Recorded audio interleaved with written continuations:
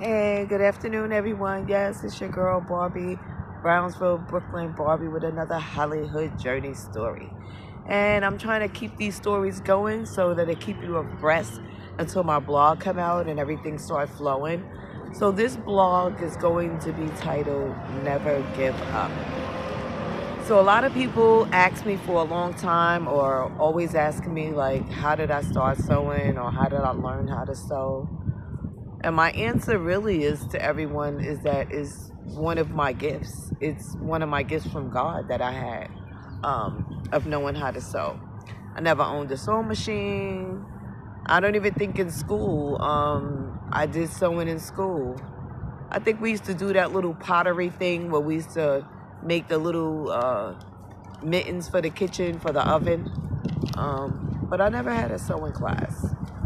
Um, on the weekends and holidays, I would normally go over to my aunt's house, and I used to spend those weekends to go over there to make my little change.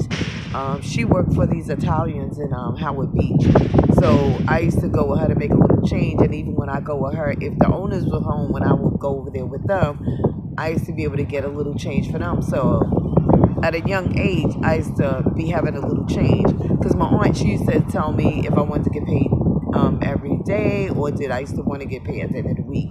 So I used to want to see my little money come in a little bundle. So I used to tell her to wait and give it to me at the end of the week so it could seem like it's more with everything else. And that's how I learned how to save and things like that. And if they owned a store, like the people that she used to work for, if they owned a store, a boutique store, clothing, whatever, I used to be able to go there, get free stuff. Even if I didn't see anything for myself, I used to even get stuff for my friends, and things like that. But on that note, since she never, nobody never showed me how to sew, eventually I decided to start hand sewing my stuff. Um, to try to start making my own little clothing. So once I started hand sewing my stuff, after doing all of that, my aunt, like I said, I used to be by her house all the time. She was that aunt that had stuff in a closet, always could find stuff that was up there, and she actually had a sewing machine that was up in a closet, but never wanted me to take the sewing machine out to use the sewing machine. I'm like, oh my God. So that's why I started buying me little fabrics and started hand sewing my own thing. And then once she saw I started doing that, then by the grace of a good Lord, she decided one day that she's going to take the sewing machine out and try to let me work it. I guess that was like neither here or there because after waiting all that time and then she taking the sewing machine out and letting me get the sewing machine out, the sewing machine, it was a piece on there was broken, so I never even got to use the sewing machine. So guess what happened? The sewing machine ended up going back in the closet, broken, and probably stayed there until, vice it to say, because she's no longer here, but she probably passed and that sewing machine went in the garbage. So it was like, that's why I think the moral of that part of the story was that's why I don't never wait for someone to do something for me. If I want to do something, I just go ahead and do it myself.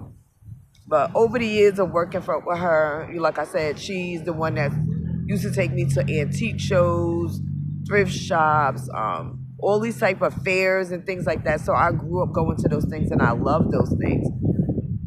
Working with her also as I got older, the Italians, they had trusted me so much that the kids, not even the parents, the children used to request that I come and babysit for them. So by this time I was in high school. So I used to go and babysit for them all the time. And I loved those kids. We used to have a ball. We used to have a ball over there or doing stuff. So again, doing all of this has taught me, like I said before, not to give up on your dreams. I try to do these reels and try to make them as natural as possible, not where the scenery is planned, trying to make everything perfect. You want to just try to make it real. Like I'm outside, I'm enjoying the sun a little bit. I'm like, let me be out here. Sometimes when I do the reels, sometimes I got to do it maybe more than one time because I practice once I, write out what you're gonna do. It's like drafting anything else, and then you might come on and do it. You look at it, then you say, "Oh my God, I got to do it over again." And sometimes I go with the first one that I record because, like, again, I want it to be as real as possible.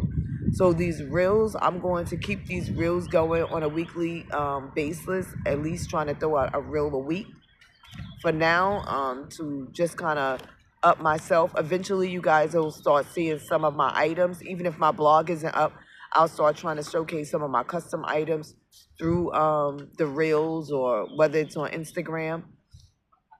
As I said, please subscribe. I'm trying to do these because these videos now, they won't just be coming out as a reel. I'll be uploading them on the new YouTube channel, which is called Barbies With You. So remember, please subscribe. Stay tuned for more uplifting stories and inspirational stories. Like I said, for that person that might need that hump to keep going, keep doing what you got to do.